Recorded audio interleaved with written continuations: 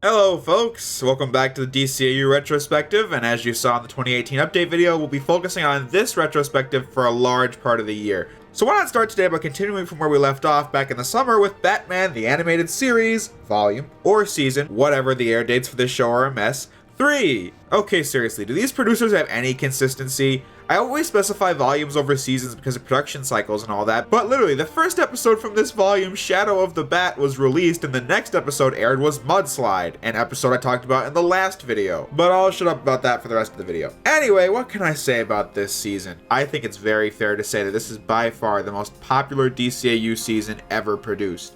On the whole, BTAS is the most popular show, but this here is the season that perfectly embodies why BTAS was praised so highly when it came out and why it still lives on to this day. Without it, we wouldn't have STAS or Justice League and all the others. Watch any countdown of BTAS episodes, and many of these episodes will find their way onto the list. Season 1 had several classics like Christmas with the Joker, Two-Face, Heart of Ice, Beware the Grey Ghost, and the list goes on. And Season 2 gave us likes of The Laughing Fish, Perchance to Dream, and The Man Who Killed Batman and Almost Got Him. But this season is home to episodes like The Demon's Quest, Trial, House and Garden, A Bullet for Bullock, Baby Doll, Make 'Em Laugh, etc. Now, do I think this is the greatest DCAU season ever made, like so many others? Not quite, and I'll say right off the bat that this is a great season and by far the best season of BTAS. But I just don't think it's the best we'll ever get, and that's not a problem in my eyes. STAS and Justice League came on after this, so I should like them more, right? I'll get into more of that in the conclusion, though. I watched these 29 episodes with a critical eye, and since I want this video to be perfect, I will hold nothing back in regards to the good and the bad. Although I should probably... But Jay, you can't possibly be thinking of moving on to Season 3 just yet. Why not? Well, back in your super mega review of Season 2, you know, the one where you said you reviewed all 28 episodes, you left out my favorite one! Episode 25! Paging the Crime Doctor! Well, time to re-upload the whole review then. Well, to be curt with you, that would put a little extreme in your generation. So, Paging the Crime Doctor.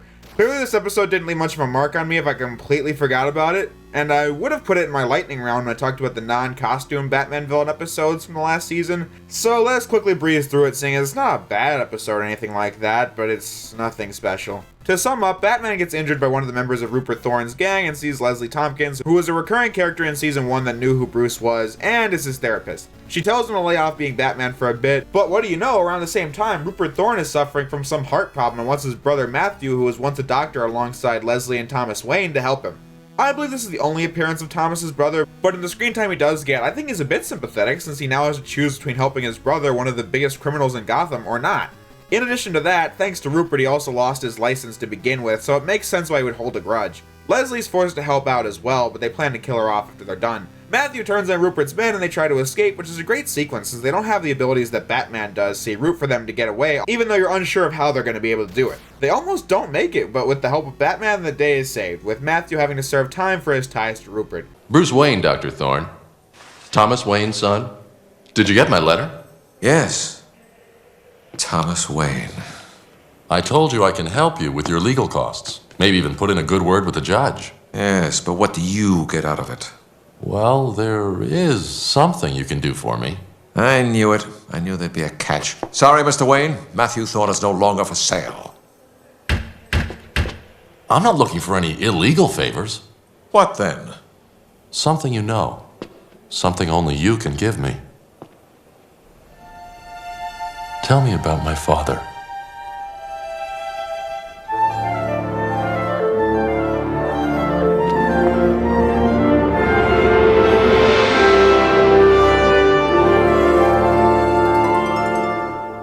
And that's basically it. Like I said, it's a fine episode. Some good moments and characters, but not the best from Season 2, but it's also not the worst. So, one last thing before I kick this review off proper.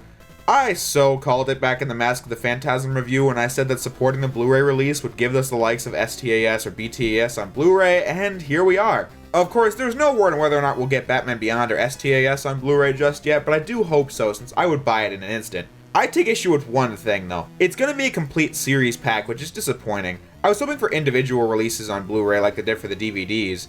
On Amazon, it's a snap to find the complete series DVD collections for STAS, Justice League, and Batman Beyond. However, the one they did for BTAS is quite the enigma. They cost an arm and a leg to get, and when you find one for under $100, it's probably a bootleg, which doesn't come with the art book or nearly as good packaging. So that's why I'm jumping on that Blu-ray the second it comes out, since I don't want it to become super hard to find. That does mean my footage will be out of date then, but who knows, maybe I'll rewatch every episode for the higher quality, seeing as my footage... It's like there's a wall of pixels that came out of an S-video cable's rear end in between me and the screen, and it drives me crazy. Maybe that's just what these first 3 seasons are supposed to look like, though. I mean, when using the same setup, all the DVDs of the shows with the revamped art style, STAS, the new Batman Adventures, and Batman Beyond don't have this issue. But that's enough on DVDs and Blu-rays. Midway through the season, the show had been rebranded from just Batman to The Adventures of Batman and Robin. The reason was because Fox thought Robin might draw in more viewers of a younger age, and so all episodes of that title would heavily feature Robin. When in the previous seasons he had hardly got any screen time, now he's a big player. The series composer Shirley Walker had been put on the job to compose a new intro for the show as opposed to the iconic Danny Elfman composition we got beforehand, and people might strongly disagree with me on this one, but I vastly prefer this over the old one.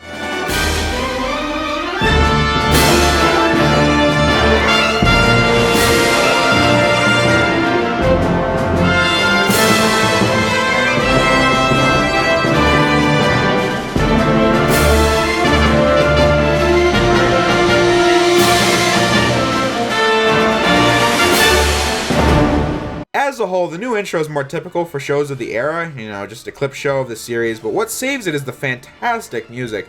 I don't know about you, but to me, this just screams Batman. It gets me hyped up to watch a great episode. Also, gotta love the movie maker effects they used. But where it's really at is the new credits theme. Most people prefer the old intro, but I can't think of a single person who prefers the old credits. Watch any BTAS video and you are bound to hear this piece in it somewhere. Like the new intro, it perfectly captures the Batman atmosphere, and no matter what, it doesn't matter if it's an emotional and tragic episode, an action-packed romp, or a comedic episode that leaves you laughing, this is the perfect ending.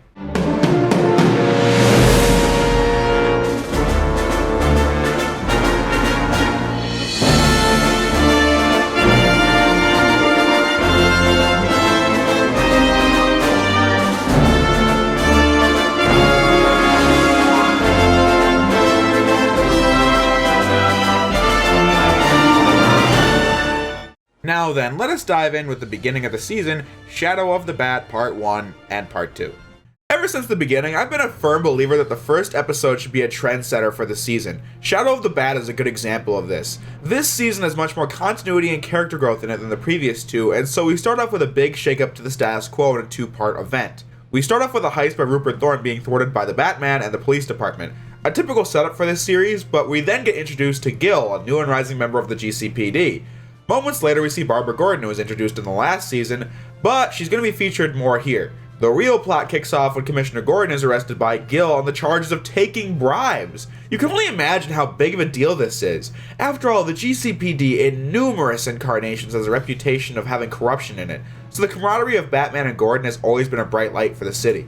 Batman, of course, doesn't buy it and quickly finds out that the evidence has been faked. I suppose this is a Batman staple, but I can't say I'm a fan of how Batman just looks at this evidence and knows it's a fake. Could top-of-the-line detectives and prosecutors really not have been able to figure that out? Maybe it's another sign that this judicial system is just that corrupt, filled with actual buyouts, but it's a bit contrived that nobody really dug into it. Having said that, Batman can tell that Thorne was also not behind it and that someone new is the cause of the trouble. At the same time, Barbara wants Batman to appear at the upcoming rally for Gordon since the judge is denied bail since the evidence is just that solid. But Batman says he has better things to do and decides to rely on one of his trusty disguises to infiltrate the ranks of the new gang. I said it during Robin's Reckoning and I'll say it again here. I love the idea of Batman using disguises to get by since it shows how varied his tactics are and how willing he is to get his hands dirty to get info. At the rally, Robin appears alongside Batman? This is because Barbara has decided to pretend to be Batman to ramp up support of the citizens. But of course, some goons arrive and shoot the place up with Robin not managing to catch them before they escape. In contrast to the evidence Batman looked at, Robin and Alfred managed to do some good detective work since they were looking at the news broadcast of the event and Gil was seen ducking before any bullets were fired. See, this is all I'm looking for, some kind of detail that the incompetent police overlooked. Batman and company are obsessed with details, so scrubbing through the footage a million times makes sense for them. However, these police officers were there in the moment and probably wouldn't need to do that. So there's a reason why a mistake would be made. When trying to help Robin, Barbara got a good look at one of the crooks at the rally, and that very guy is at Gil's apartment. So yeah, Gil's up to no good. This is a bit of a plot twist, but it doesn't really blow your mind because Gil is a new character that was only introduced like 20 minutes ago. That and something similar was done in Mask of the Phantasm with Arthur, the guy who sold out Mr. Beaumont's location to the mob. While in disguise, Batman gets captured since this Batman isn't perfect all the time, and I like that. This is how we find out that Two-Face is behind this, whether it be Gil's rising power or Gordon's fake evidence, and so on. Part 1 comes to an end with Batman currently out of the picture as Barbara is now going to become Batgirl to investigate Gil in the next episode. I know there was a lot of explaining just now, and that was due to the fact that this episode has many events to talk about. Part 2 is pretty basic by comparison. Batgirl and Robin fight over who's going to go after Gil, but both find out that Two-Face is behind this as we see him controlling Gil, but they get caught as the tunnel they're in gets blown up. With Batgirl making it out, but Batman and Robin get swept away by some water, meaning they have to find their own way out. Now that they don't need Gordon anymore, Two-Face plans to execute him, but Batgirl arrives to stop them with Batman and Robin jumping in to help out Batgirl as she finishes off Gil. Although I have to ask what happened here, since Gil clearly saw her face, but he never appears again, so did he lose his memory after the fight, or what? I don't know, but it's worth mentioning that the action scenes in this episode have been ramped up from previous seasons, which is good. I set that up in my Mask of the Phantasm review. In it, I said that this season should learn a thing or two from the movie, since while we don't need it to be film quality, it just needs to do the best it can, and already it looks like they're taking those steps. But I will highlight some of the better action scenes halfway through this review. Obviously, at the end, Gordon is reinstated, with Bruce believing this won't be the last time they see Batgirl. So, how was Shadow of the Bat? I guess I can start by saying that it's good. It's a good episode, but nothing more. It sets up a higher story focus for season 3, but the story itself has a few contrived moments that only serve to move the plot along. And most of the episode is focused on Batgirl, which isn't a problem in and of itself, but let's talk about her. I'm pretty mixed on Batgirl in this episode, since while I like the design of her costume since it's a nice contrast to the darker colors that Batman uses, personality-wise, she's also pretty good. She seems passionate and capable, which is an important trait for someone who works with Batman. After all, she did help Batman rescue the people taken hostage by Hardak and Heart of Steel in the last season, but I don't have much to go off of since as Batgirl, Shadow of the Bat, and Batgirl Returns are her only appearances. I'm not sure if you'd call this grade A nitpicking, but another thing that got on my nerves as this episode went on was Barbara's obsession with talking to herself out loud. Thing is, I'm not sure if this is supposed to be a personality quirk or just the writing. When she talks to the teddy bear, I'm guessing it was intentional, however, when doing it other times, it just doesn't make any sense, seeing as real people don't do that and it becomes really noticeable. I'm a professional. Don't try this at home, huh? Sorry, Batman. You being at the rally could decide if Dad goes free. So you'll be there, one way or another. Good. You've got some sense after all. Nice guy, but a few bats short of a belfry. I talked about the improved action earlier, but I also really like the lighting in this episode. It's very colorful film noir. In all seriousness, I think it sets the mood well, but damn am I thrown off by Barbara's face in the scene where she sees Gil talking to the bad guys in her apartment. But that's enough talk on Shadow of the Bat, so let us move on to the next episode, Blind as a Bat. Going into this episode, I was terrified. I mean, an episode about Batman being blinded and can't see, that sounds like predictable, cringe, kids fodder. Not to mention the fact that the Penguin is the villain, and he has had a pretty hit-or-miss track record on the show. However, I was pleasantly surprised. We do get some cliche moments, however, I don't feel like that detracts in the episode. The basic plot is that Penguin hijacks some Wayne Enterprises gunship for the military and demands several $1 million to get it back. Although I don't know why he doesn't just steal it and sell it to a foreign nation. I mean, I'm sure they'd be willing to pay top dollar for it. Bruce gets blinded by an explosion and Leslie tells him that he can't do anything for days. This leads to some good moments. You've a call on your private line. Then let's go. In your condition, sir? If you think a little inconvenience like this is gonna stop me.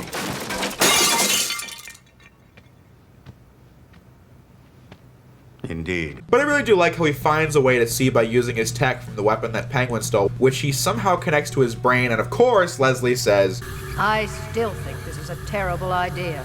I mean, using electrodes to connect this gizmo directly to your brain's optic center? Objection noted. just to make sure you knew that's what he was doing. Anyway, I thought this was going to be cringy, but I just love the determination of Batman, seeing as he's willing to go that far just to stop Penguin. Although the end fight has some good and bad moments. The sight helmet, of course, gets damaged, but whenever it comes back online, I just love how quick Batman is to act. What's the matter, Bat? But then stupid stuff happens, like when Penguin runs out of ammo right when he has the perfect shot. But Batman then decides to rely on his other senses to win in the end, which is good. It's not a big or important episode, but I enjoyed it nonetheless. I'm glad it was a relatively insignificant episode, since now we're getting into the real plot of the season with The Demon's Quest Part 1 and Part 2. In the Volume 2 episode, Off Balance, Batman was introduced to Talia al Ghul, who had betrayed him in the end, with her father, Ra's al Ghul, Ra's al Ghul, in the ending saying the war was far from over. Well, here we are. The first few minutes of this episode are really on point. Robin returns to his college dorm room only to see this, as they shoot him and take him hostage. Batman and Alfred talk about how nobody has seen Robin or Dick Grayson in weeks, only for Batman to receive this in the mail. So in the first few minutes we have Robin being kidnapped, Batman being given a photo of him tied up with a knife to his throat, and Ra's walking into the Batcave knowing who Batman is? So, they know your identity, Detective. Who are you? How did you get in here? That's an opening if I've ever seen one. Evidently, Talia has been taken as well, and that sets up the plot, not before introducing us to Ubu, Raish's bodyguard. Right off the bat, I'm already interested in Raish, since he tells Batman a quote that Napoleon once told him, and he says it in such a nonchalant tone that it's almost like he was there personally to meet with him. From there, Batman has to survive a few nasty encounters, but it doesn't matter because Robin's life is at stake. Someone who Batman is willingly allowing to be involved in these dangerous acts. So I'm glad to see that he doesn't hesitate one bit at the thought of traveling across the globe to find him. If Arkham Knight's Batman was that resourceful, I'm sure it would have been a much different story. Speaking of Arkham, we do get to see more of Batman in action in this episode, with the part after the plane crash in the mountains feeling straight out of an Arkham game.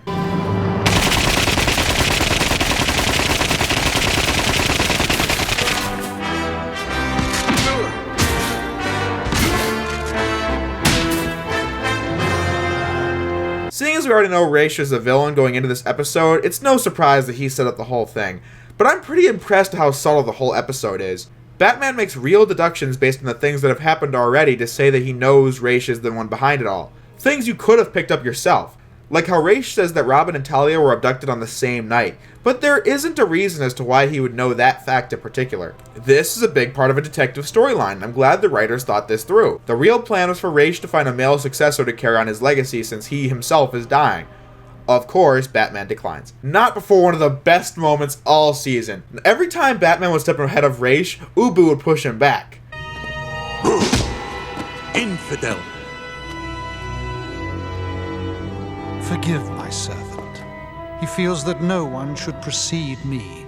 Call it overzealousness.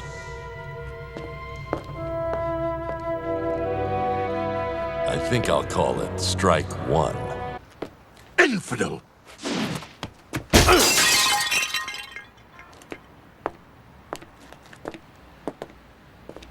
Okay, that's two.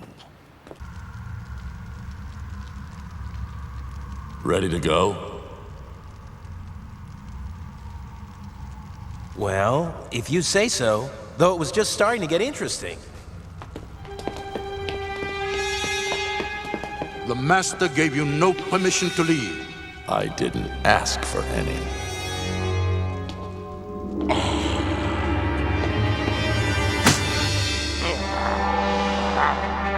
And that's three.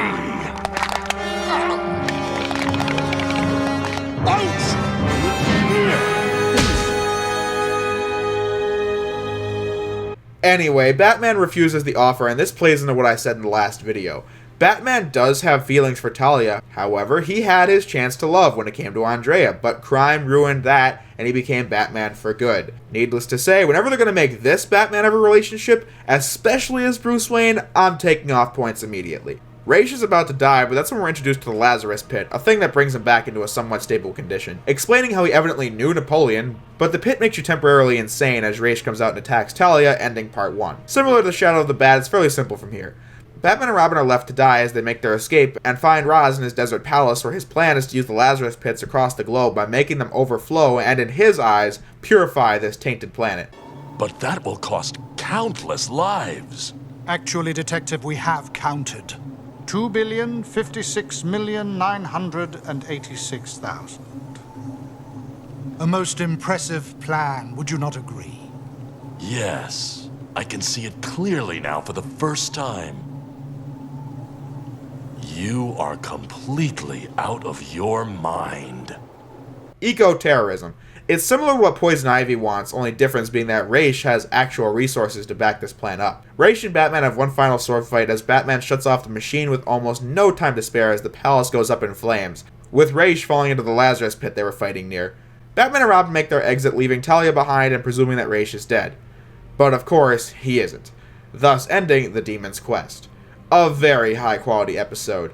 I think Ra's is an intimidating villain since he has such monumentous assets at his disposal with the ability to revive himself as well. I think there are a few odd bits like how Batman evidently keeps a lockpick in his mouth, or how they take his shirt, gloves, and cape but not the mask. But that doesn't take away from the high quality action and the good storyline this episode has. His Silicon Soul is the next episode, and I had forgotten what this one was about before watching it again, and that's probably because it's a sequel episode to Heart of Steel from Season 2. That was pretty bottom tier for Season 2 standards, so how does this one fare? Well, after the fall of Cybertron Industries, a lot of tech had been recovered and put away. Some thugs tried to steal it and sell it off, but then they awaken Batman. A robot Batman, who seems to have all of Batman's memories, including his true identity. Carl Rosum, the inventor of Hardak, the AI that created all the robot doubles, has now quit that life and become a farmer, with the real and fake Batman duking it out in his greenhouse. The fake Bats learns that he is indeed a robot, but when was he created? Well, at the end of Heart of Steel, Hardak, in an attempt to savor what was left of the exploding resources, had copied Batman's data and made a duplicate of him waiting for the right time to awaken, with the plan being to wipe out humanity and replace them with robots. A pretty cliche plan, if I do say so myself. In the end, Batman and the robot have a fight to the death with what has got to be one of the most rushed endings in the history of BTAS. Earlier in the episode, the robot saved Rosum for no real reason, but it turns out that he has Batman's drive to not kill. Why? I have no idea. In fact, where did this fake Batman get the gadgets from? We're told that he only has data in his, hard drive, but not real memories. But where did the data of Batman being Bruce come from? Actually, now in a bit of post-production, I just remember, didn't the robot girl at the end of Heart of Steel Part 1 get inside the Batcave? I think that's what happened. That's probably the answer to that question, so I guess I'm lucky I didn't put too much stock in that in the script. Back to the climax, Batman uses this fact to fake his death to play to this weakness. I'm going to play everything that happens from this point to the credits. You can't do it. Hardak built you well. Perhaps even better than he could have imagined.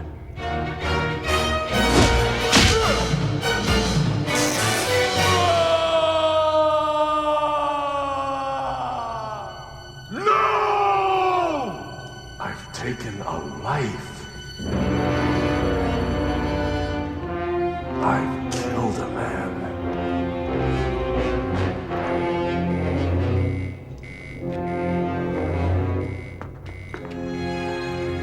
My city, my people, what have I done?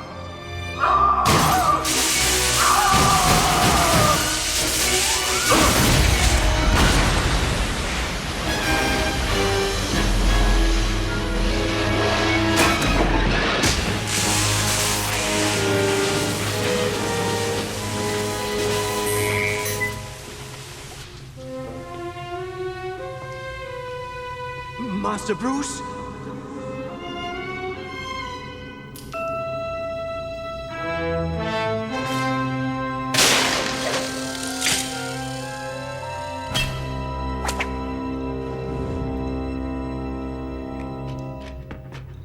Thank heaven you're alive.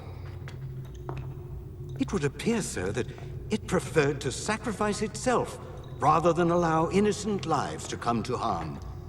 Somewhat like you. It seems it was more than wires and microchips after all. Could it be it had a soul, Alfred?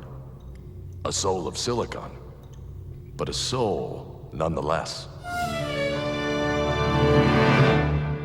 I do like how we get to see more of the Batcave here, like the Chem Lab or the Arsenal. As a whole, though, I remember this whole moral debate between two Batman was done much better in the Justice League episode A Better World, with the Justice Lord's Batman and our Batman about the morals of our heroes taking over the world, which was a much better than what we got in this episode. But I can talk about how great that episode is another time. Now, here's an interesting one. Fire from Olympus. I'll tell you a quick story.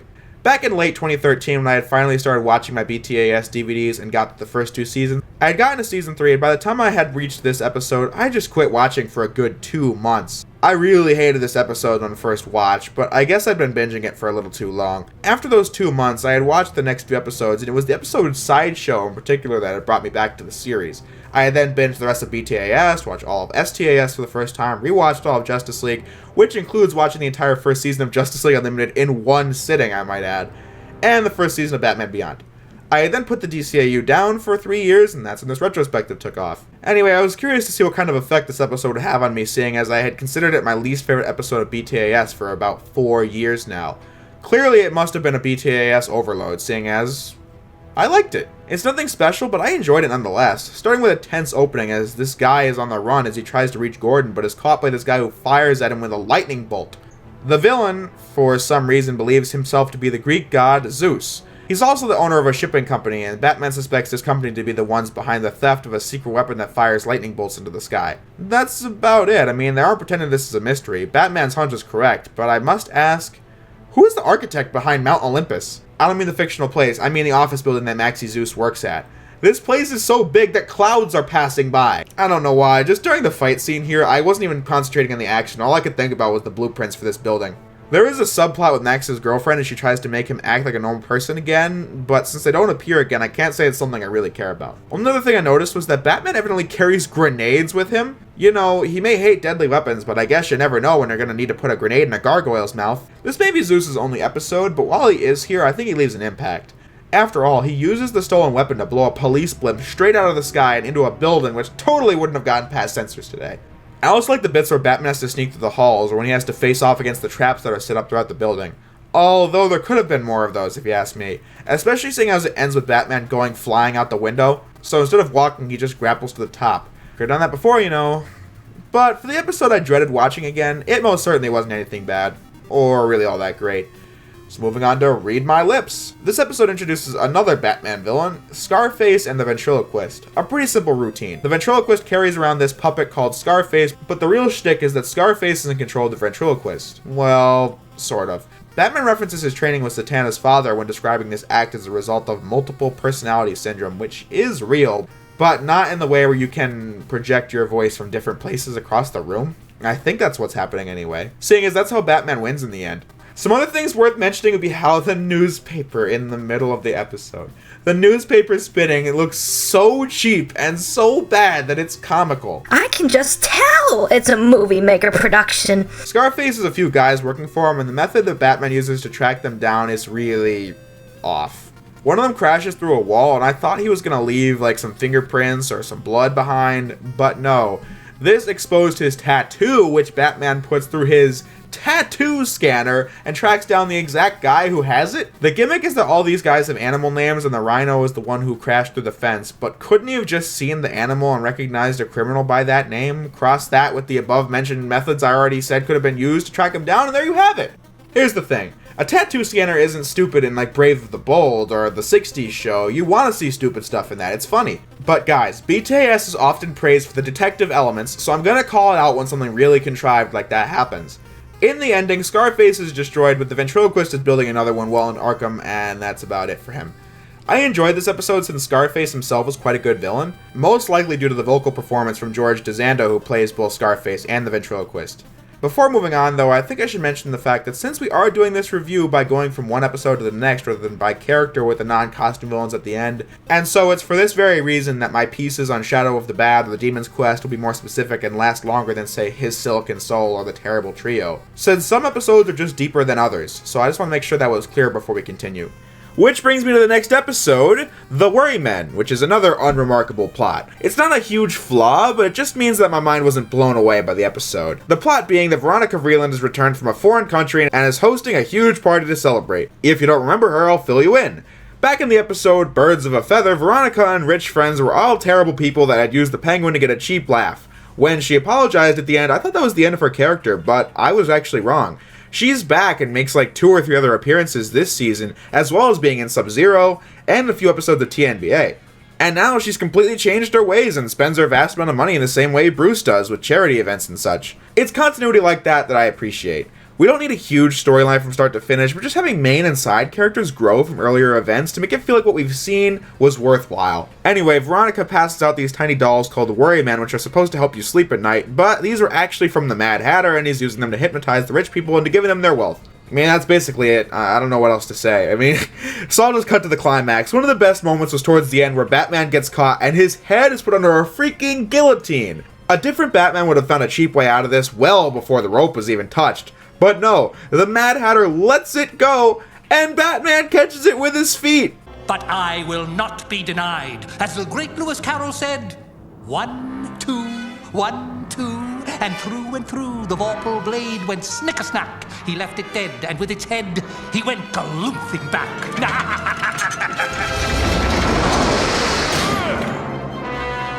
I don't know, I just feel like this 10-second scene was just tense enough to be worth scripting about. Having said that, one thing they should have given us more of would be this native guy that the Mad Hatter's been mind-controlling into giving Veronica the Worry Men. He's in a scuffle with Batman at the beginning, where Batman has to stop a chandelier from crashing into the party, which is a good scene as well, since Batman has to use every last ounce of his physical ability to save the day in a way other heroes wouldn't have to, which will be something this Batman has to deal with as he stands toe-to-toe with gods and aliens. Anyway, the native guy helps Batman by giving the Mad Hatter a Worry Man shaped out of Batman in the end, which is a good ending, but he still could have used a bit more development. Sideshow is an interesting episode. This ties back into what I was saying about Fire from Olympus just a few moments ago. I said that episode had made me quit the series for a few months, and while I had watched The Worry Men and Read My Lips, I wasn't in love with either one, hence why I was practically blind going into both for this video. Sideshow is the episode that had brought me back to the show, which led to the DCAU binge of 2014 I mentioned earlier. Funnily enough, I enjoyed Fire from Olympus, but now Sideshow is probably my least favorite episode this season. That isn't saying much, seeing as just below average and not outright bad, but still. Criminals trying to reform is something we saw a bit of in Birds of a Feather, but this season will give us plenty more where that came from. Starting with Killer Croc in his first solo appearance since Vendetta, another season 1 episode I didn't talk about much.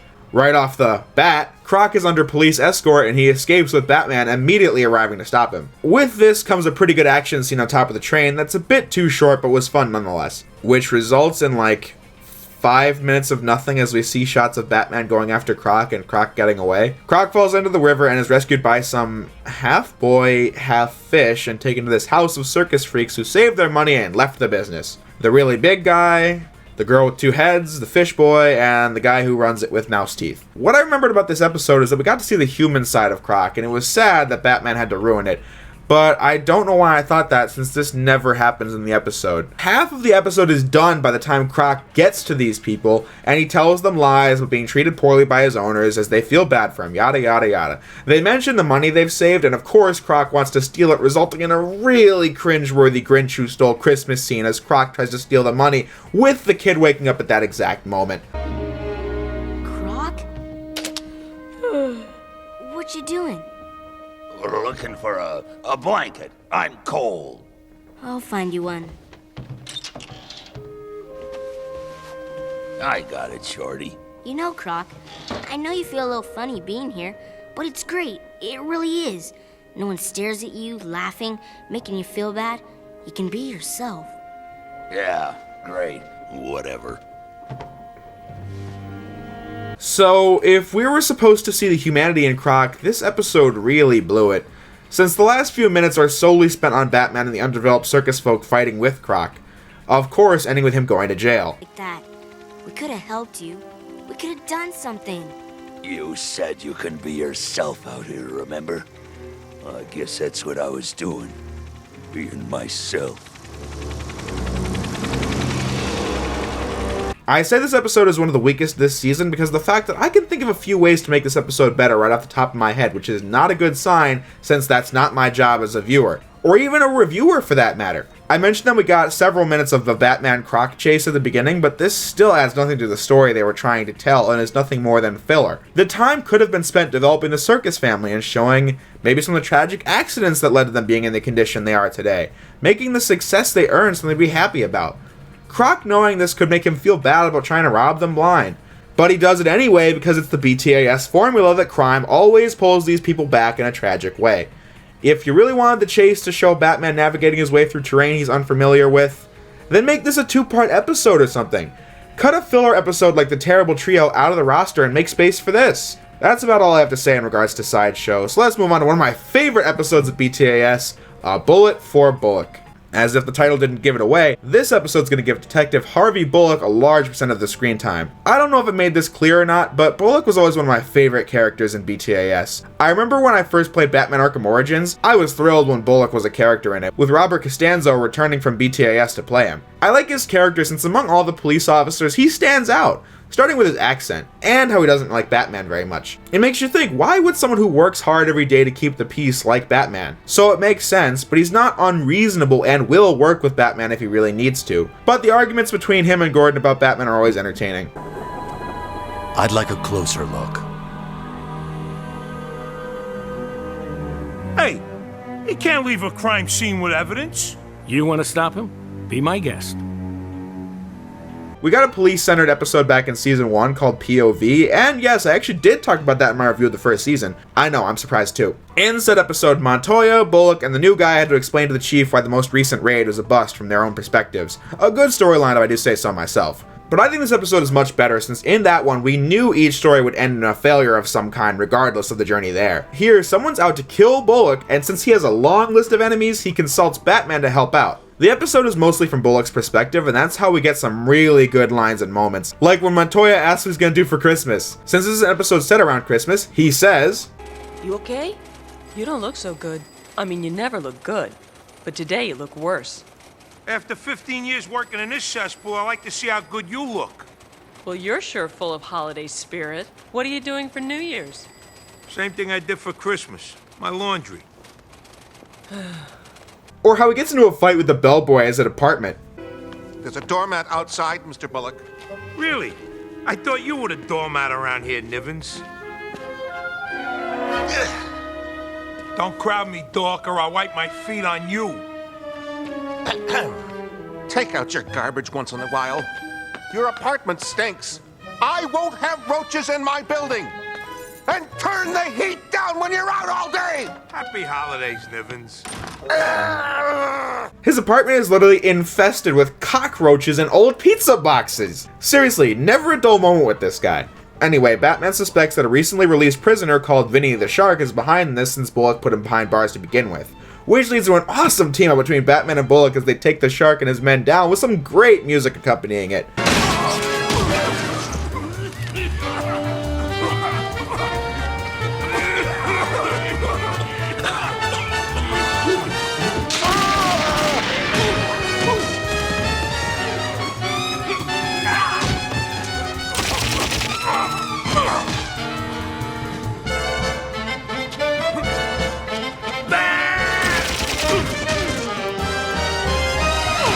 After a quick interrogation, we actually get a twist I never saw coming. The whole episode gives you plenty of great reasons to believe the Shark is behind this, like his motive, wide resources, and so on.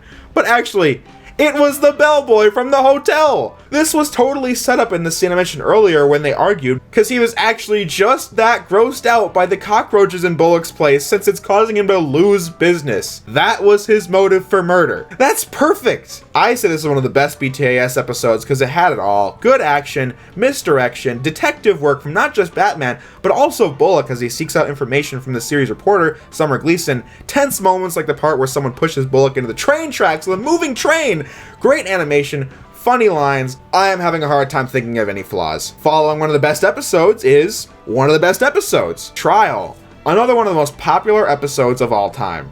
Initially, this plot was going to be turned into the first movie based on BTAS, but they thought it would work better as an episode, and as for the movie, we of course got Phantasm instead. I love Trial, but I'm glad Phantasm was the movie since the story in that is so much more worthy of a film budget. The opening establishes something that I find really interesting. It begins with a trial for Poison Ivy for whatever crime she may have committed. The prosecutor is Janet Van Dorn. She made a cameo back in Shadow of the Bat stating that the evidence against Gordon was solid, but she gets way more screen time here. Janet pleads guilty with a life sentence in prison for Ivy, but the judge rules that Ivy can only be returned to Arkham for possible rehabilitation since she was apprehended by the Batman and not by a legal officer. So as a result, the evidence isn't solid since a non-law operative was the one who collected the evidence. I like how they show that Batman has negative effects in this legal system, but on the other side of the coin, Batman is the reason they can even stand a chance against these gangs of psychopaths. Anyway, Janet thinks that Batman is the reason why Gotham is a cesspool of psychopathic supercriminals, that his existence provokes these people into doing what they do. This is an angle that many incarnations tackle, the idea that Batman is as crazy as the people he fights. However, the difference is that he rises up above these temptations and doesn't become the monsters they have. Back to the plot, Two-Face, Mad Hatter, Harley, and Ivy all plan to break out from Arkham as they capture Van Dorn while she was on a date with Bruce Wayne of all people, leading to Batman investigating the kidnapping, but he gets kidnapped himself. All this happens pretty quickly, but I'm glad because it begins to get more screen time for the setup. Scarface, Harley, Ivy, Two-Face, Scarecrow, and the Riddler agree with Janet that Batman is the reason they turn out this way, so they decided they would hold a trial in Arkham. Scarface is the bailiff, Two-Face is the prosecutor, Batman is the defendant for the crime of ruining their lives, and Janet as the defense. But who will be the judge? And now all rise for the most honorable, most benevolent, most merciful Judge Joker!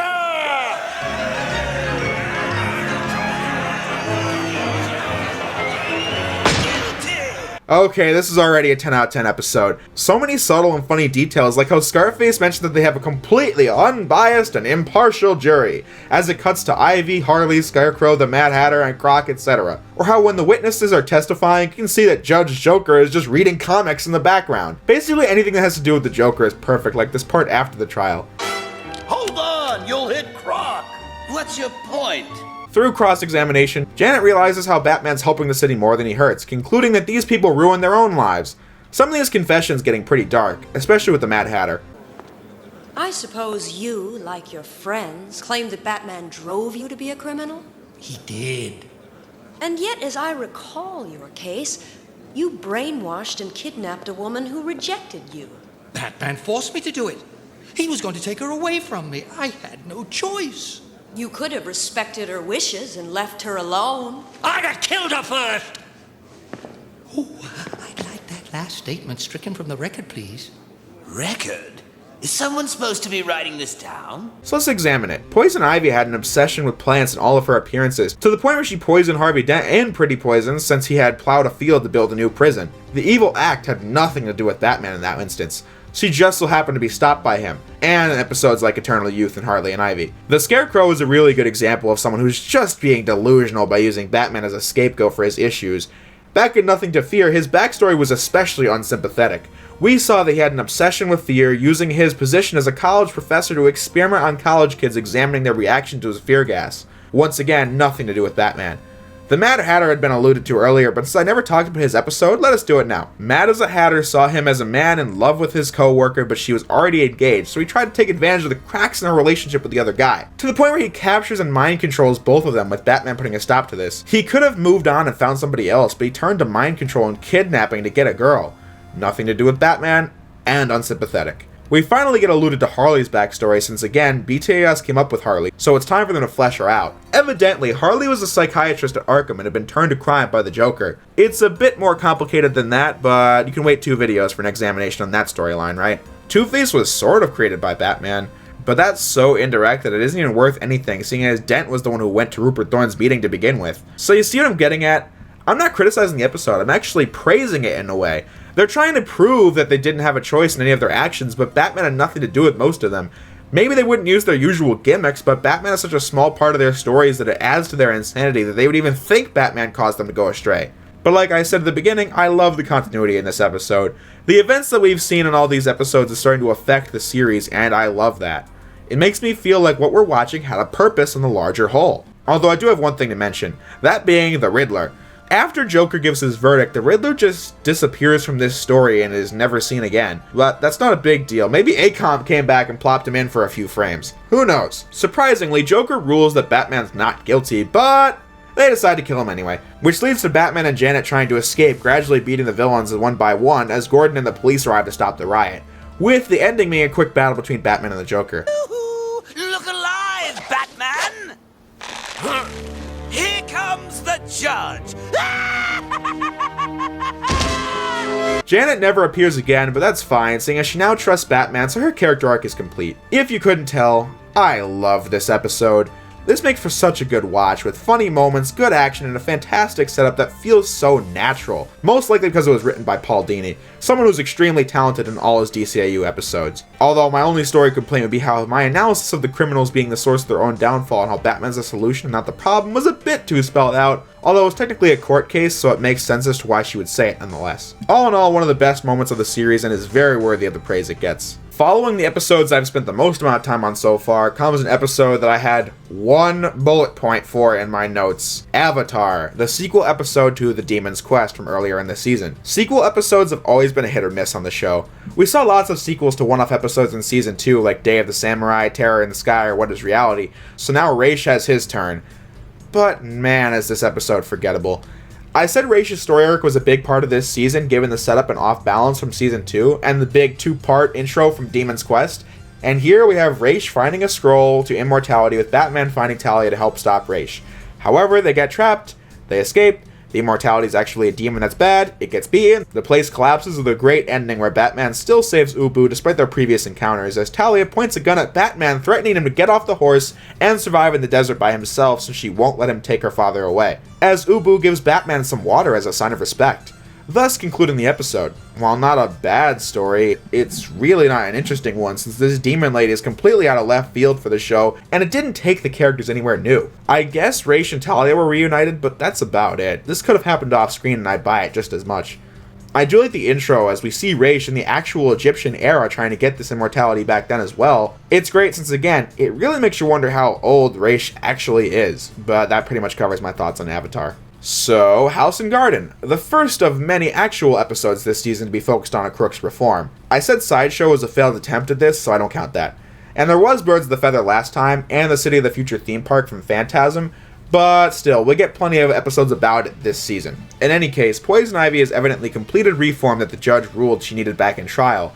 Now she's been released, and of course, some giant plant monsters attack a place with the victim being infected by mysterious poison, with Batman obviously having one prime suspect. But Ivy has since gotten married with her psychiatrist, Dr. Stephen Carlisle, and he has 2 sons, with Ivy's voice actors doing a terrific job selling the fact that Ivy, or should I say, Isley, has turned a new leaf. Batman can't believe it and follows her around all day. Around the same time, he alerts Robin that he should stay on standby, ready for action, and thus his date walks out on him. So in other words, Batman's mission is having an impact on Dick Grayson's life since he can't live his own life, he has to be Robin at the same time. Which makes sense. It's easy for him to want to be Robin when he's a kid, but now he's a college student, so I can only imagine what kind of impact this is going to have. At that time, Grayson is kidnapped by the plant thing so that Bruce will be ransomed, but he just rescues Dick as they discuss the whole incident, with a fantastic scene. You don't think it's the plant lady? All she wants is to be left alone with her husband and sons. Sons? Carlisle's 2 boys, Chris and Kelly. I know Chris and Kelly. I was in Carlisle's class when his ex brought them to visit last year. I thought Carlisle had custody. No. And here's another shocker for you. Chris and Kelly are girls. I just love the way it ends. No shocked face from Batman, it just cuts straight to the Batmobile immediately doing a U-turn. This is followed up by an examination of Ivy's secret hideout, which has an incredibly eerie atmosphere with the dim lighting. They find Carlisle, and that's when the whole thing comes into light. Ivy captured Carlisle and is using his DNA to make her own children since she had to sacrifice her own fertility to become one with the plants. She really does want to be a mother, but she physically can't, and nobody would consider letting her adopt. So this was her only avenue. But these children die after a few days and become the monsters from earlier, with Batman putting a stop to the whole thing with Weed Killer. But it turns out that the real Ivy's on a plane out of Gotham and they just fought a fake clone. But of course, Ivy appears next season. But I have a few ideas in regards to how that works, but I'll save it for then. And that covers it for the first 14 episodes, which makes up the first 2 discs of the 4-disc season. I mention this because of the fact that I want to talk about something that I feel affects the whole season. Now that we have reached the halfway point, I've dropped enough seats to talk about it. How is the action in BTAS Season 3? Back in Mask of the Phantasm, I was blown away by how much of a higher standard there was for action scenes thanks to the increased budget. At the end of my review, I said that while I'm not looking for film quality now that we're back on television, I'm looking for the skill they gained in that format to be presented. Thing is, I'm not looking for super fast-paced action sequences, seeing as if that's what I want to see, then I'll go watch The Batman or something, which by the way, I don't have a problem with. That is what the makers of that show wanted to focus on, and I think they did a really good job. But as for BTAS, this really has a fantastic balance of all the things I like about Batman. I can talk about the quality later, but this season has far less mistakes in the animation as well as providing some basic, albeit engaging action sequences. I said the part with Batman in the snow from the Demon's Quest felt right out of an Arkham game, but the same goes to the part where Batman and Bullock are fighting Vinny the Shark and his goons, with Batman dropping smoke bombs and appearing from behind to take guys out. If the villain is just that unlikable, it's great to see them get injustice with the Adventures of Batman and Robin theme playing.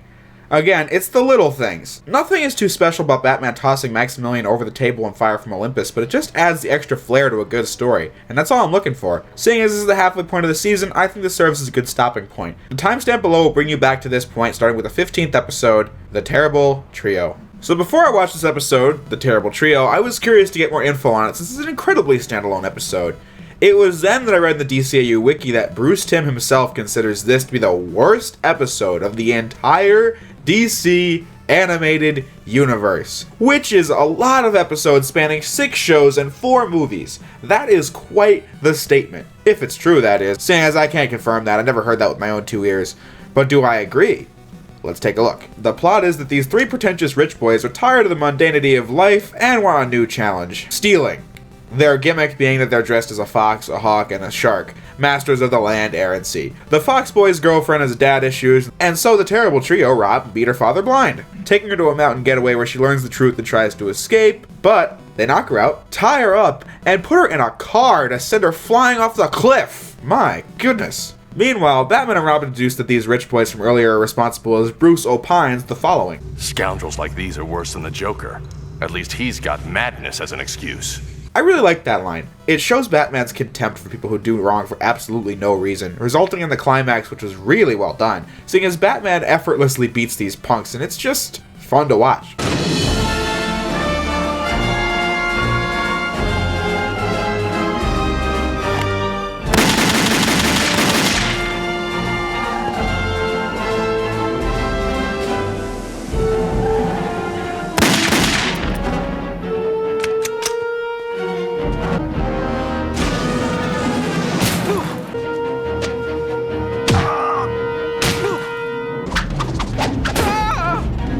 With the Fox Kid trying to buy off Batman.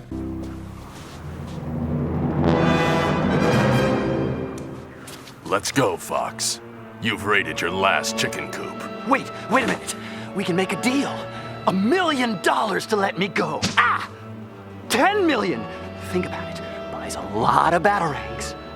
Your money's no good here. All in all, I liked this episode. I mean, the Terrible Trio are not particularly interesting characters, but they're easy to hate with how they treat the employees at the party in the opening, making the beating even more satisfying. From a standalone episode's perspective, this episode doesn't do too much wrong. Obviously, it's not winning any awards, but there are many BTAS episodes that I'd much rather skip before this one.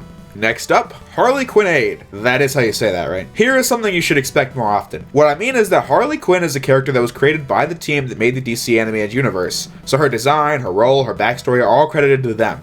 I said in the Season 1 review that it's rare to have an incarnation of Joker without Harley because the combo is just that iconic. The writers loved her so much that by this season she became her own character. So in this season we get a few episodes that are more or less Harley episodes than Joker episodes, this being one of those. The intro here is fantastic, starting with a bid on an atomic bomb. Obviously something that fetches for a good price, but only one man is crazy enough to expect it for free. Gentlemen, please, don't insult me with nickel and dime bids. The man who walks out with this bomb walks out with Gotham in his pocket. Yours to pick clean or blow sky high. Your call. What am I bid? How about nothing? 0, zip, zilch, nada. My personal check for Bupkis, drawn on the First National Bank of Squadoo. Can we all just take a moment in silence to talk about how amazing this frame of animation is? Okay, good. Can we also talk about how amazing it is that this scene shifts tone like 3 times? It's funny when he makes the entrance, but then it gets serious with a bomb threat, but then we find out it wasn't even a real bomb. Then it actually pumps the guy with laughing gas, which is a really dangerous substance. Again, Joker's not messing around. Obviously, now that the Joker has taken an atomic weapon and kidnapped the mayor, clearly finding him was of the utmost importance. So Batman and Robin need to do the unthinkable and ask Harley Quinn for aid. Wait, Isn't that the plot of the recently released Batman and Harley Quinn? Only difference is that Robin is Nightwing and Joker is Ivy. That and this episode is really well written, unlike the movie. Like how Batman clearly can't stand Harley, but they're forced to work together, which is a key part of what makes dynamics like this funny. Listen and listen good. You don't touch anything, say anything, or do anything unless I tell you. Got it? Yes, sir. Which leads to a pretty good moment where Batman genuinely asks Harley if she thinks it's okay that the Joker hurts people. What's the attraction, Gwen? This sick infatuation with the Joker. Look, Bats. When I was a doctor, I was always listening to other people's problems. Then I met Mr. J, who listened to me for a change and made everything fun. You think it's funny when he hurts people? It's just a joke. Hope you're still laughing when it's your turn. Back in The Man Who Killed Batman and Harley and Ivy, we got our first looks at the abusive side of the Harley and Joker relationship, and this time we're getting told about this backstory where she was a doctor at Arkham, which again, that relates back to what we were hinted at in trial, but we will get more of it later. So clearly they're going somewhere with this. Anyway, the antics in this episode are such fun to watch, since you never know what side she's really on, which leads to this big fight scene in a bar following a dance number, which I can talk about at a much later date. But I will. Trust me. I will. But then it cuts back to Joker, and this 2-second frame here where Batman and Joker are fighting just kills me every time. But in the climax, Harley doesn't want to destroy Gotham since all of her friends in Arkham would die, so she decides to ruin the plan, which starts one of the funniest scenes in BTAS since it's the very definition of slapstick.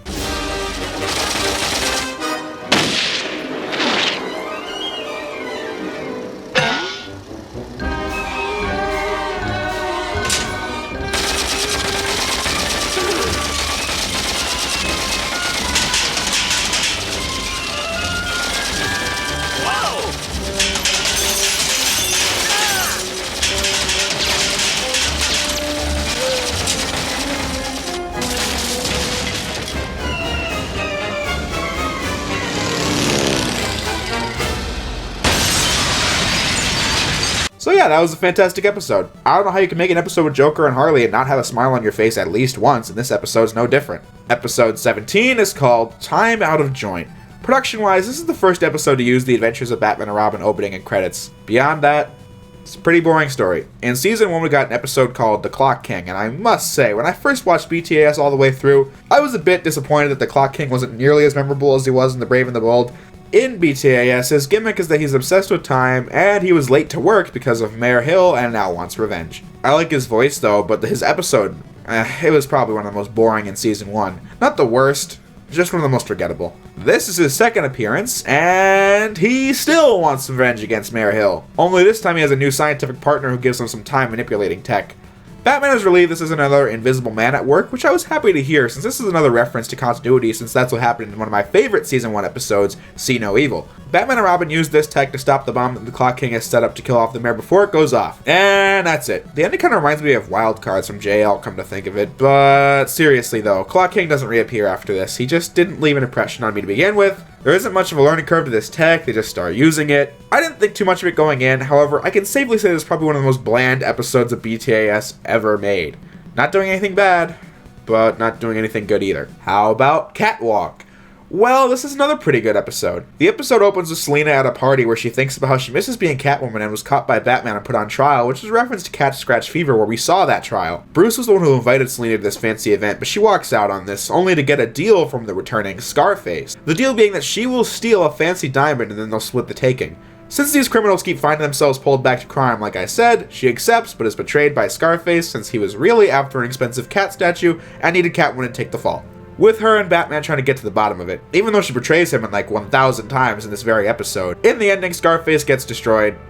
Again. That must suck for the ventriloquist. He keeps going back to Arkham and has to secretly keep building new Scarfaces because every single time it gets freaking destroyed. But anyway, that's about it for the episode's plot. I can't help but feel bad for Batman here. He does try to help everyone, and Selina had parole based on the idea that she wouldn't become Catwoman again.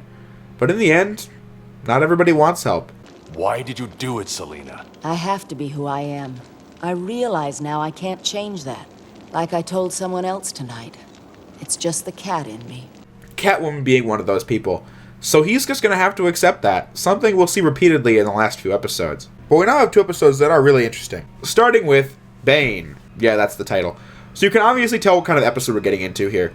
Before I talk about that, I figured I should mention that when this episode aired, Bane was not a well-established Batman rogue yet. His debut was only a year or so before this episode, so there wasn't much precedent for how to write Bane. In BTAS, Bane has been hired by Rupert Thorne to kill Batman. That's basically the conflict, with some great moments, like when Thorne is training to be stronger and the guy goes, "Come on, boss. No wonder Batman's running rings around you." You think he hit the punching bag, but then it cuts back to him and he punched the guy out. Candace, when Jake here comes around, tell him he's fired. Anyway, Bane hits it off with Candace, who is Thorne's assistant in Two-Face, and they even plan to rule Gotham once Batman's dead. Bane needs more info on Batman and decides to follow the now-escaped Killer Croc, suspecting that will lead him to Batman, with Croc getting his ass handed to him by Bane. Although, I have always been bothered by this scene. Batman and Robin are hot on Croc's tail as soon as Croc gets into the sewers. He needs to be beaten by Bane for story reasons, but Batman and Robin suddenly decide to start slow-walking towards the sewer, and walking towards the sound of Bane breaking Croc's bones. Almost like the writers were trying to give Bane an ample amount of time to beat Croc or something like that. But I do like how Bane feels like a proper threat that's built up with the whole episode. Which leads to the origin. Evidently in some foreign country they were trying to build a super soldier, but they got more than they bargained for, and now Bane is a work-for-hire assassin, which includes capturing Robin to get Batman to arrive at this exact spot where the two duke it out. Obviously Bane is more powerful than Batman, effortlessly tossing him across the room into boxes, but there are still a few subtle details that make this part really work. One, Batman consistently gets hits on Bane, which means that the fight doesn't become an uncomfortable beatdown. Bane also has his venom, which gives him extra strength in the later few moments of the fight, with another great detail: the ending. In Bane's debut comic, he had released all the criminals from Arkham so that Batman would have to stop them all night after night, with Bane waiting for him back at the manor to fight a weakened Batman. Here, this isn't the case. So Batman does something extremely resourceful when Bane's about to break the bat. Although the way the next scene keeps spastically cutting to Bane is just funny to me. Albeit gross to think about, seeing as he's getting that much of a venom overload. So that was Bane. I really enjoyed it. Bane will go on to make a few more appearances next season, as well as appearing in both STAS, Batman Beyond, and Mystery of the Batwoman. These events aren't usually referred to when it comes to Bane and BTAS, but it still serves as providing the backstory for this character, all the while making entertaining action scenes and high stakes. Thought you might like to hear this, Rupert. It's a new release. Maybe we'll call it Better Luck Next Time. With Batman out of the way, Gotham could be yours. So could I. And what about your employer? Well, accidents do happen. Candace? One of the most beloved BTAS episodes of all time goes by the name of Baby Doll. I remember watching this episode back on the Hub channel in like 2012, and man, is this ending unforgettable, but I'm getting ahead of myself. I think the plot speaks for itself in regards to why this episode has legendary status it does, so let's dive into it. Starting with an actor being captured by this little girl, which cuts to Batman and Robin looking into the fact that several actors from the old show Love That Baby have gone missing. Love That Baby being a Full House type sitcom if it wasn't obvious. The star of the show, named Mary Doll, who looked to be a child, was actually not. She suffered from an extreme case of systemic hypoplasia. In this show, the condition means that she never grew past the age of about 5, despite being about 30. Systemic hypoplasia is actually real, but it just means that some organ tissue will be underdeveloped. Not to this extent, but it's somewhat based in reality, as opposed to what happened in Perchance to Dream, where evidently you can't read in your dreams or something like that. Once another member of the old cast is kidnapped into the watch of Batman, Robin, and Bullock, it's clear what's going on. Mary Doll is capturing the old cast members for a reunion of sorts, kind of like the Clue Master in The Batman. Things start to get interesting once Batman and Robin dig into the old show, that being Mary Doll herself and what got Love That Baby cancelled.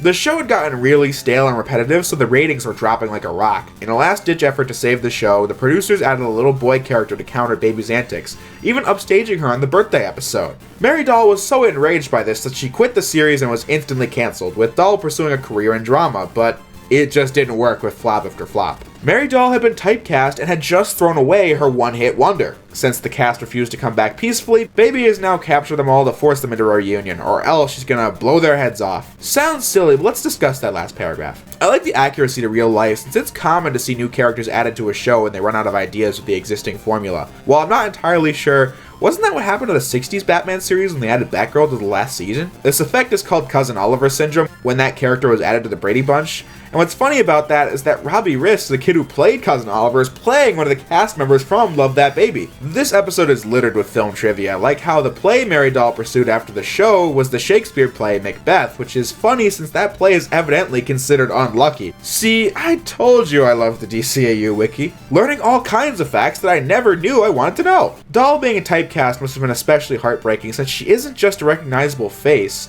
That's something that can be overcome. Mark Hamill's known for his role as Luke Skywalker, but has also played a villain in the classic live-action Flash series, as well as being the Joker here in the DCAU, and he's now known for being the Joker just as much as he is Luke Skywalker, which are two completely different roles. But this is a bit different.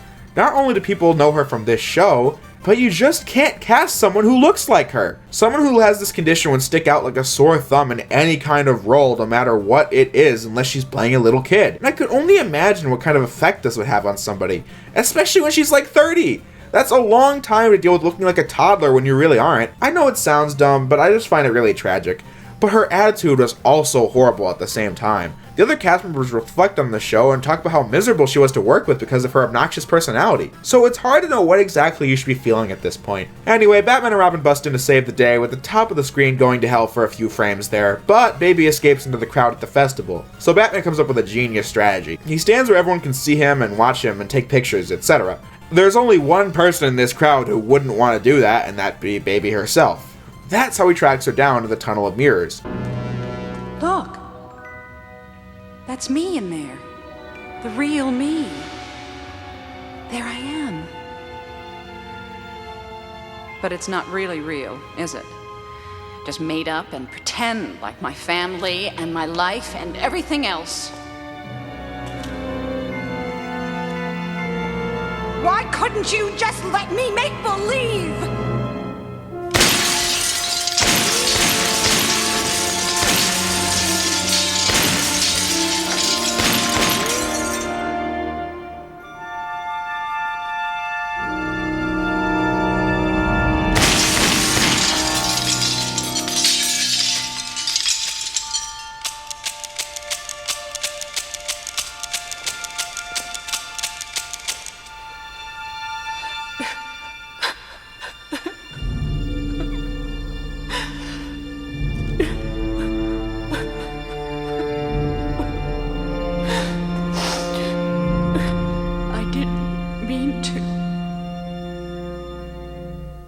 That line's actually a tragic callback because I didn't mention it, but her old annoying catchphrase on the show was, "I didn't mean to." This ending is iconic. It's not hard to see why. She was just a lost soul looking for something positive to latch onto in life where there really wasn't much else left for her. However, I have to disagree that this is top 5 BTAS material, possibly even top 10. For many, this is one of the best episodes. My problem here is that she isn't entirely sympathetic. The sympathy part really comes into play at the end. The whole typecasting situation was something I had to ponder on myself when they didn't really do a good job of selling the tragedy of it in the episode. In addition to that, keep in mind that Mary Doll was the one who walked out of the show and canceled it when she didn't have enough screen time. That's not exactly a situation you can sympathize with since it's really selfish and unlikable. So it's a double-sided conflict, to the point where I'd say it's very up to interpretation as to what you should feel by the end of this episode. Don't take what I said about this episode not being top 10 seriously though.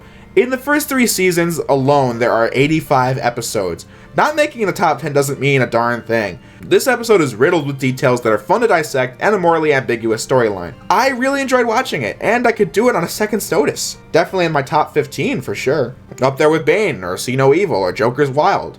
Episodes that I really enjoy, but don't immediately think of on the subject of BTAS. Now that I've spent so much time on Bane and Baby Doll, the next episode is The Lion and the Unicorn, and it's gonna be quick. I had almost no recollection of this episode when going into this video. Watching it again has showed me clearly why that is. To jump the gun, it's about Red Claw, a character they had created for the Cat in the Claw. Needless to say, she didn't catch on. Beyond the lines about Bats being an equal opportunity crime fighter, this character has left no impact on me, the show, or the DCAU. The plot is that Alfred gets a call from an old friend who used to run with when he was a spy before he took up the butler career. There's been a problem, so now Alfred leaves for England. But of course he gets kidnapped as we find out that Alfred and his old chap are the people who knew the secret code to a nuclear weapon, and that's what Red Claw's after, with Batman and Robin on pursuit. I like the idea of an Alfred kidnapping since it would be hard for Batman to show a lot of emotion in the rescue, since to Batman, Alfred should be no different than any other citizen, thus creating drama. We don't quite get that, but this episode has some good action set pieces and some good moments like when Batman walks in on some British higher-ups without effort and makes demands. What was the name of that castle? And why should we give you that information? Because I can give you Red Claw.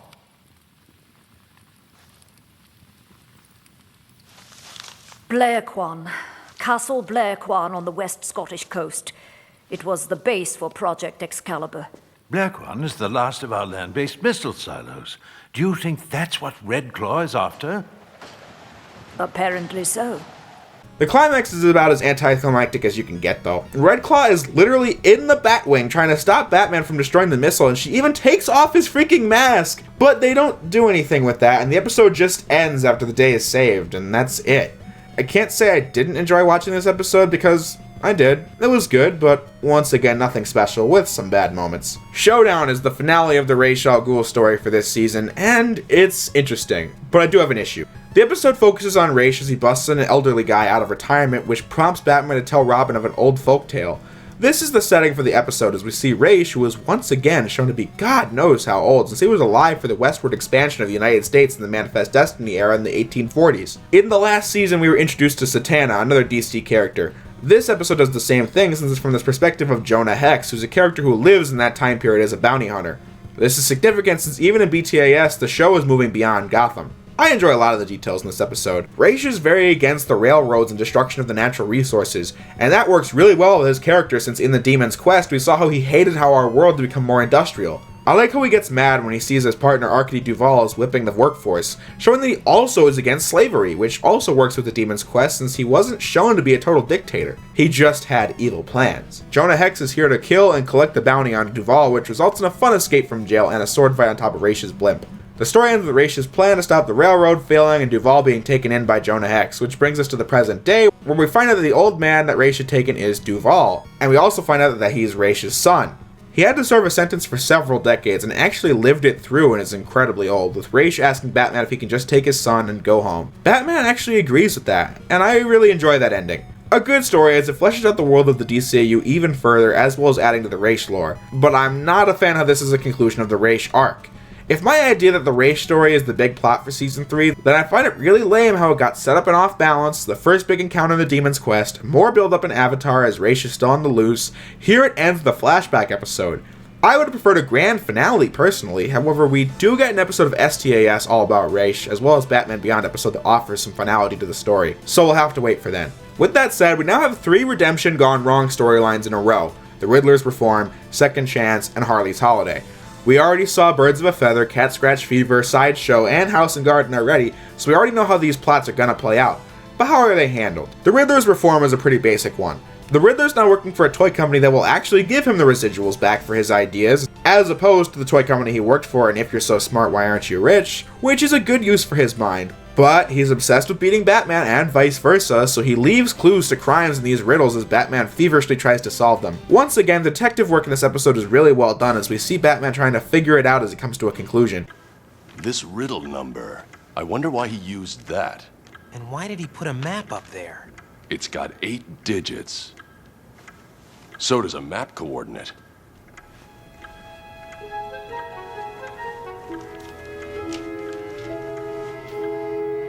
$3175-3701. It's the downtown financial district. What's that building right there in the center? The First National Bank.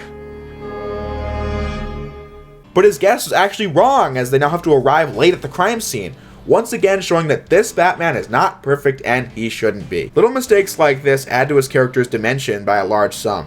Robin also makes reference to the time that the Riddler almost killed Gordon in his VR experiment, but I'm surprised Robin isn't more annoyed about how the Riddler turned his colors black and white. I like how in the climax, Batman uses the Riddler's own toys against him, since after Batman solves an impossible puzzle, the Riddler gets really pissed and says he'll share the location of all his stolen goods if he finds out how Batman did it, with Batman revealing that he's using the Riddler's walkie-talkie to allow Gordon to hear the confession, prompting him to be arrested. The impossible puzzle room was a room with no exits as it blew up. Batman solved it by hiding in the safe, a whole 12 years before Crystal Skull came out. Somebody tell me! Do you hear me? Somebody tell me how he did it! I have to know! I have to know! Second Chance is an interesting one as well. When this video was in very early production, I had an epiphany. Something that makes Two-Face a weaker episode in my eyes. Two-Face is a great episode, very well animated and acted, very tragic, etc. In my Season 1 review, I had talked about how the romance plot in that episode failed since we never saw Grace before that or after. Another thing we didn't get was more development from Two-Face. He just became a regular member of Batman's Rogues Gallery. I'm not mad about that, but still, it's disappointing. The Batman had a tragic accident for Clayface, and then every episode to follow it added to that storyline in a meaningful way. Hell, BTS does the same thing for Freeze! But we can get back to that in a few moments. Now that we have a Two-Face centered episode, I thought it was best to mention it. Dent is about to get a surgery to repair his broken mind and body, but armed goons arrive and take him hostage. Batman and Robin suspect Rupert Thorne of the Penguin will try to do this, however neither one is the guilty party, with Batman realizing there can only be one person, Two-Face. I really like the idea that the Two-Face personality would be the one to ensure this surgery to save Harvey Dent would go wrong and bring him back to the streets. Not much other depth here though. Batman asks Robin not to come since Batman has a personal stake in Dent, but Batman's about to die and Robin shows up with Harvey almost dying to save the coin. I didn't talk much about this one or Riddler's reform, but give me another minute and I will. As for the minor moments, the car chase is neat, and the scenes with Thorne and Penguin are good, but they don't add anything to the plot. Harley's Holiday, though, is a pretty top tier episode of BTAS. I said Harley Quinn Aid was basically a Harley episode, but this is a full-on Harley episode, no Joker in sight whatsoever. The reason has nothing to do with deep, thought-provoking storytelling. The reason is because this is one of the funniest episodes of BTAS ever made. The opening shows Batman delivering the Scarecrow to Arkham as Harley is released onto the streets as a rehabilitated woman.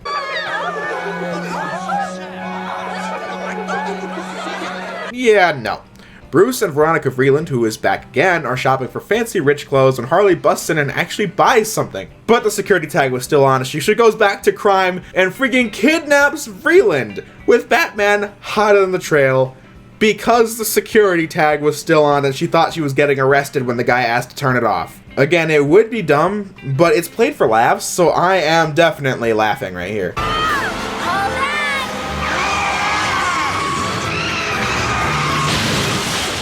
At the same time, Bullock decides he's going to get on the case and find Harley himself. But literally everything goes wrong with this guy, including the entire roof of his car being destroyed.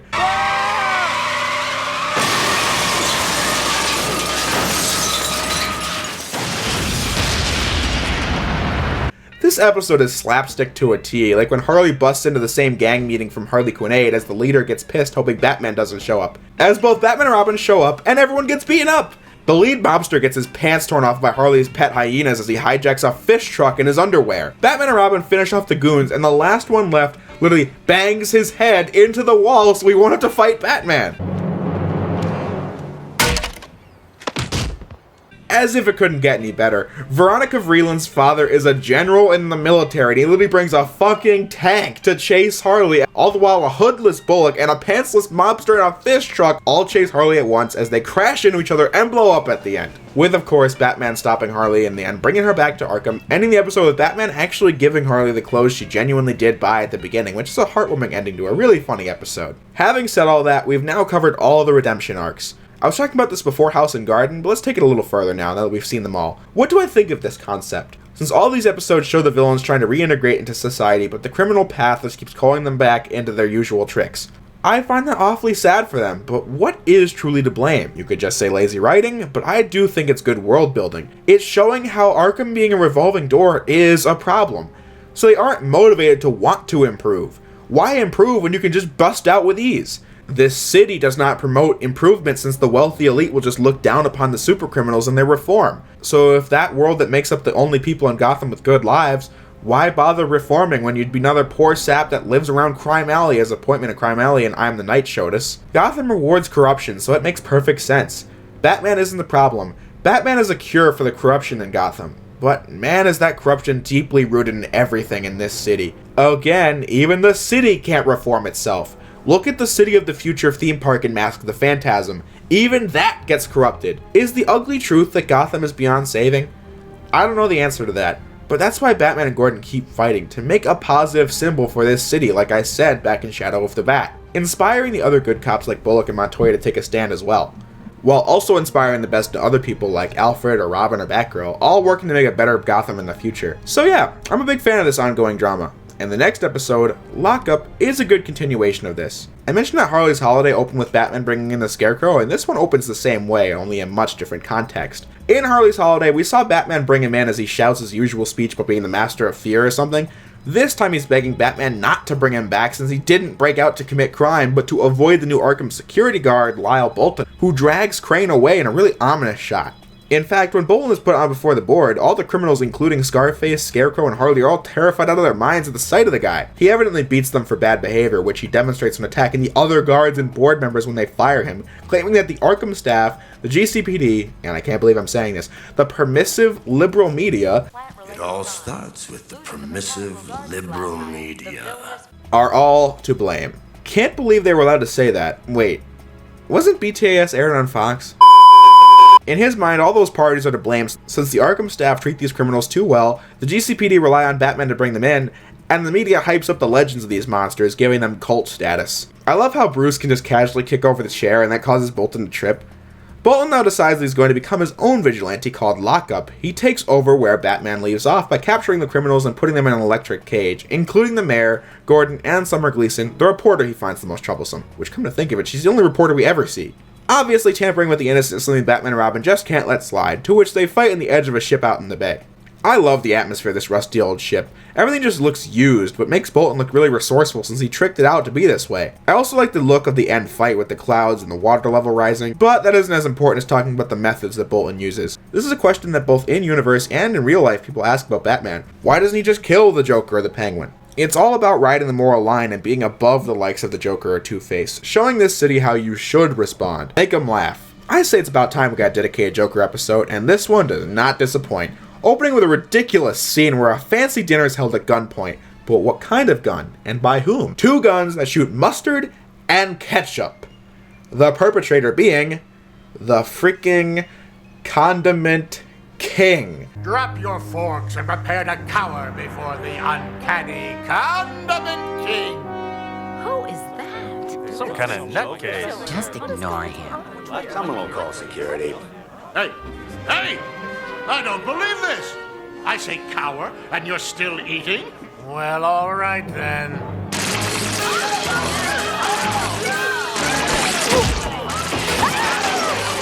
I can't make this up. The guy literally squirts a whole pack of hot sauce down somebody's mouth to get away. But obviously Batman beats the crap out of him. This begins the plot where famous comedians are all being mind-controlled into committing these silly crimes and sending them behind bars. The obvious suspect being the Mad Hatter, but even he's been mind-controlled. So Batman decides to take a look into the connection between these comedians and finds out they're all hosts of last year's comedy contest, which some random guy barged in on and made the crowd laugh, but got kicked out. I'm not sure what in the hell kind of tech this is, but I am not sure why they didn't just suspect the Joker to begin with. But yeah, it's Joker, and he is here to raid the contest yet again. I'm back.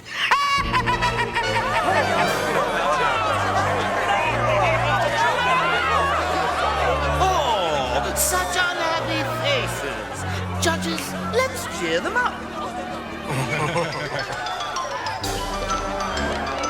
My high-octane laughing gas will have you rolling in the aisles.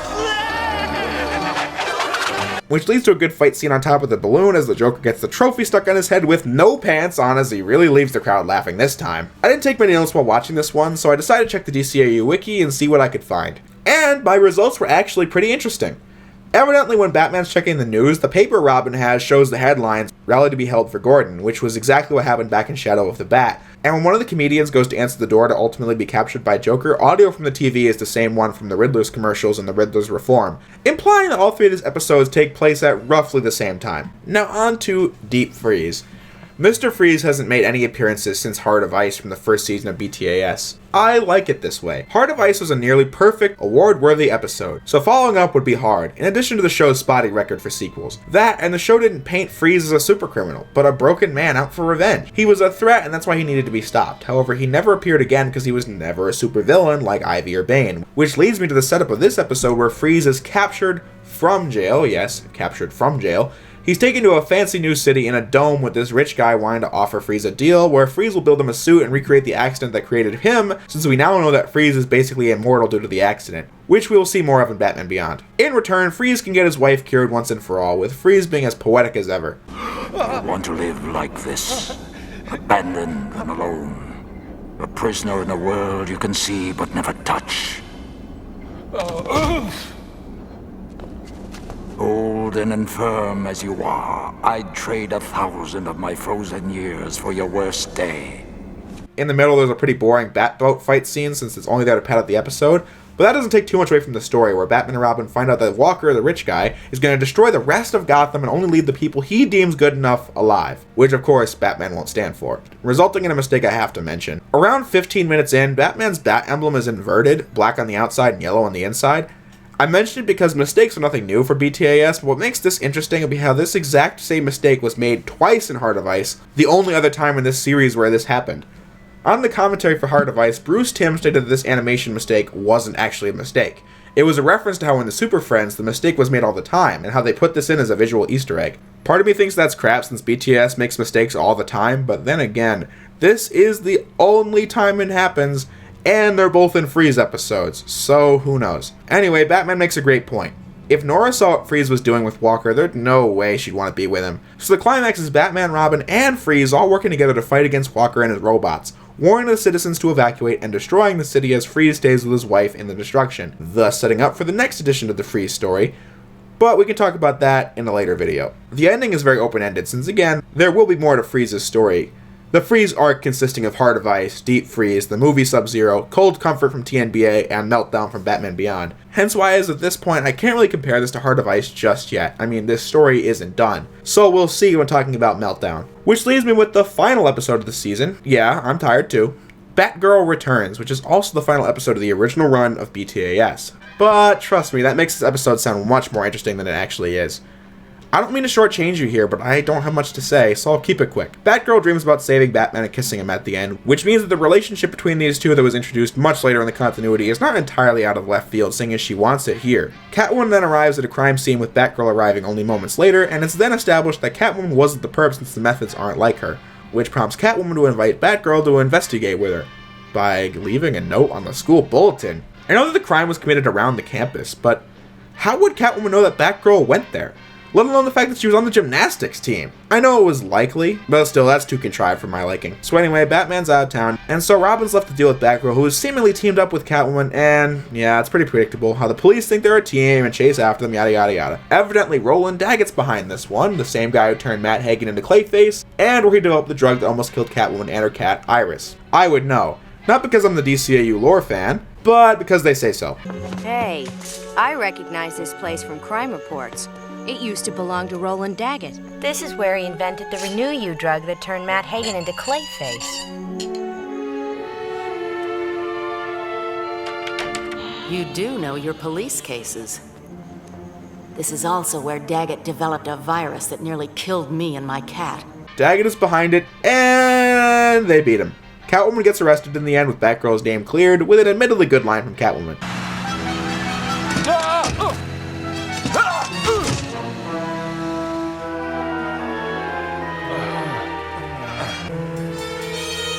I said I'd let them take me, but I didn't say how far. That being said, say it with me, this isn't a bad episode or even an average episode like the other episodes I referred to with that statement. It is good, I enjoyed watching it, but it doesn't leave me with much to analyze or point out a detail in, since even the DCAU wiki didn't have much in terms of trivia for this one. And that is every episode of Batman the Animated Series Volume 3 covered. Hard to believe we've made it to this point, but here we are, 85 episodes later. Since this video is plenty long enough, let me just cut to the chase. What did I think of Batman the Animated Series Volume 3? Well, if you're ever going to watch only one season of BTAS in your whole life, I hope you make it this one. This is a season where they really stepped up in terms of the production values, with better action scenes, better animation, better atmosphere, a cast and crew that have really hit their stride, producing numerous Emmy Award-worthy episodes. Looking at the 29 episodes of this season, I can't say I can think of a single one that was straight up bad. At the very least, all of them were alright. The Lion and the Unicorn, Sideshow, Avatar, Catwalk, and so on. All episodes I didn't think were the best on a storytelling level, but all of them offered something to me to latch onto and enjoy, which is most important when looking at an episode. Being the best isn't what matters, it's being good at what you set out to do that counts in the end. On the other side of that coin, this season is home to some of my favorite Batman stories ever told, such as Trial or The Demon's Quest or Baby Doll even. Moments and imagery that will stick with you forever since it was just that well done. Which leads me to another topic. How was Batman the Animated Series as a whole? Well, it was awesome. At its best, BTAS produced stories that were on par, if not exceeding the movies that came out at the same time. Robin's Reckoning, Heart of Ice, Two-Face, Baby Doll, Perchance to Dream, episodes that will keep people talking for decades to come. I said this in the intro of my Season 1 video and I'll say it now. Batman the Animated Series has had just as much of an impact on the history of the character as the classic Adam West series. Just look at The Batman, or Beware of the Batman, or The Brave and the Bold, all of them. All shows that were positively received when they came out, but never went further. BTAS is so good that it leapt off the screen and onto the comic book pages. Harley Quinn, her relationship with Ivy, Lockup, Renee Montoya, all things that came from this series that are often staples in the mythos. Harley Quinn especially. Think back to what BTAS was intended to be and remember what it is now. This was greenlit to be a cartoon tie-in to the movies. It could have been made really cliche, really by the numbers, really kids fodder. But it was made by people who wanted to see stories told in children's animation, and now, 25 years later, BTAS and the DC Animated Universe it started are remembered more fondly than the movies it was created to tie into. This is how you know you're dealing with something special.